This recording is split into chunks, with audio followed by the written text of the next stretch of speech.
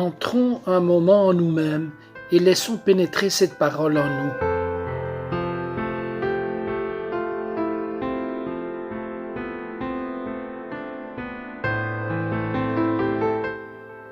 Réconfortez-vous mutuellement et édifiez-vous l'un l'autre.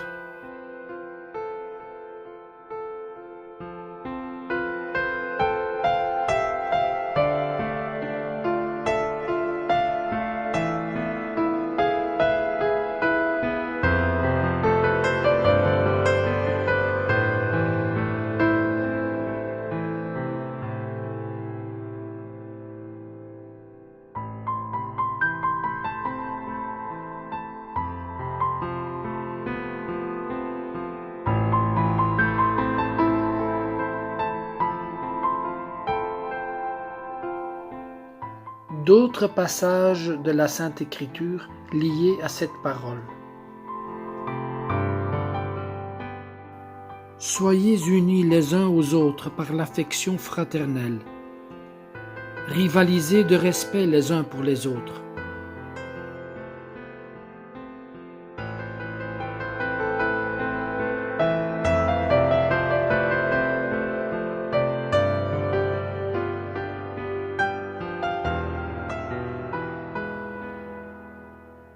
Soyez joyeux avec ceux qui sont dans la joie. Pleurez avec ceux qui pleurent. Soyez bien d'accord les uns avec les autres.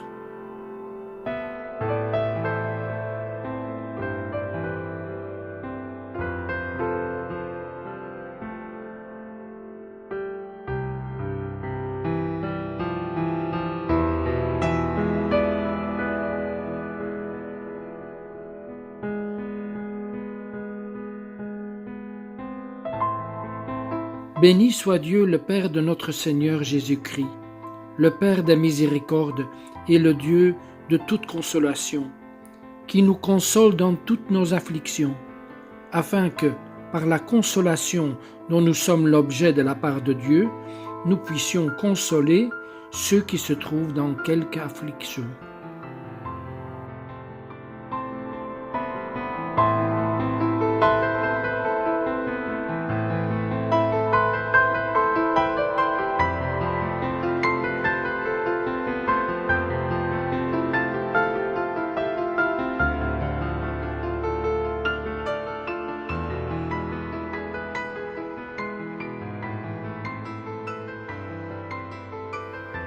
Il leur dit alors : « Mon âme est triste jusqu'à la mort. Restez ici et veillez avec moi. » Puis, ayant fait quelques pas en avant, il se jeta sur sa face et pria ainsi : « Mon Père, s'il est possible que cette coupe s'éloigne de moi. Toutefois, non pas ce que je veux, mais ce que tu veux. » Et il vint vers les disciples, qu'il trouva endormis, et il dit à Pierre : « Vous n'avez donc pu veiller 1 heure avec moi ? »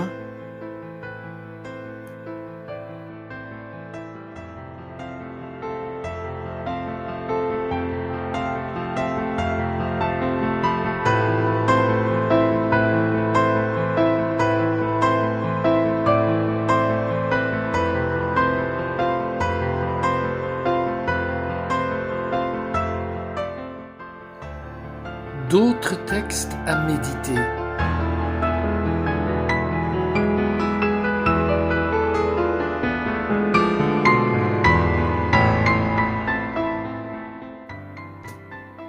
Traitez les personnes comme si elles étaient ce qu'elles devraient être et aidez-les à devenir ce qu'elles sont capables d'être.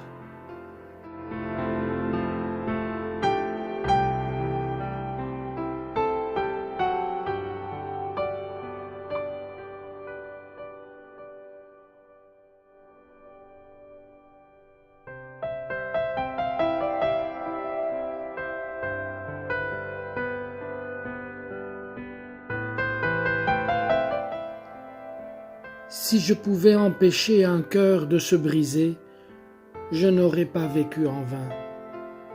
Si je pouvais soulager la souffrance d'une vie, ou guérir une peine, ou aider un rouge-gorge qui est tombé à regagner son nid, je n'aurais pas vécu en vain.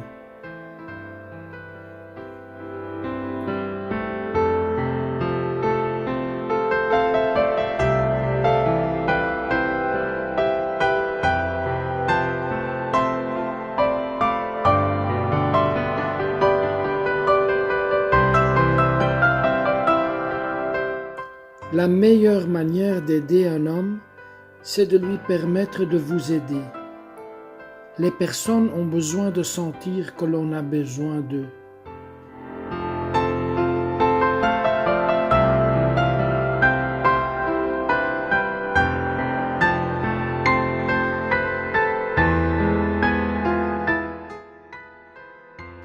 Un ami connaît la mélodie de notre cœur et il la chante lorsque nous en oublions les paroles.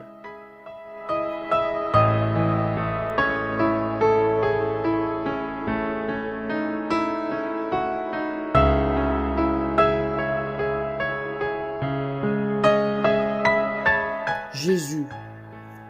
Dans certains moments douloureux, j'ai vu combien en réalité nous nous aimons réciproquement.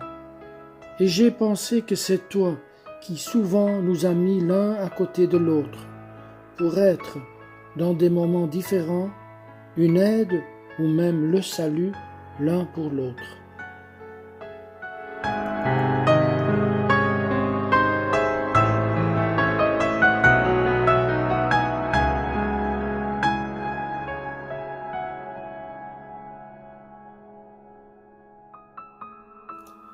La parole devient vie. La nuit dernière, j'ai eu une dispute avec mon mari. Ce qui m'a humilié, c'est que, à la fin, mon mari m'a battu.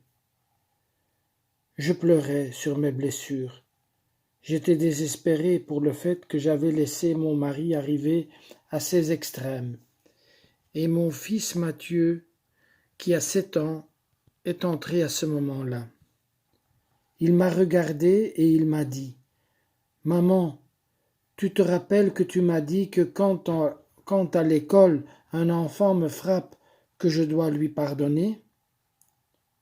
Mais je continuais à pleurer en lui disant qu'il ne pouvait pas comprendre. Le lendemain, il est revenu à la charge. « Maman, tu n'as pas fait ce que nous nous sommes dit hier. Car quand papa te parle, tu restes muette. » Je lui ai demandé de me suggérer ce que je pouvais faire, et Mathieu me disait « Quand papa te parle, réponds-lui avec quelques paroles. » J'ai essayé. L'unité avec mon fils m'a donné la force de le faire. J'ai réussi à pardonner à mon mari, et ensuite à lui demander pardon.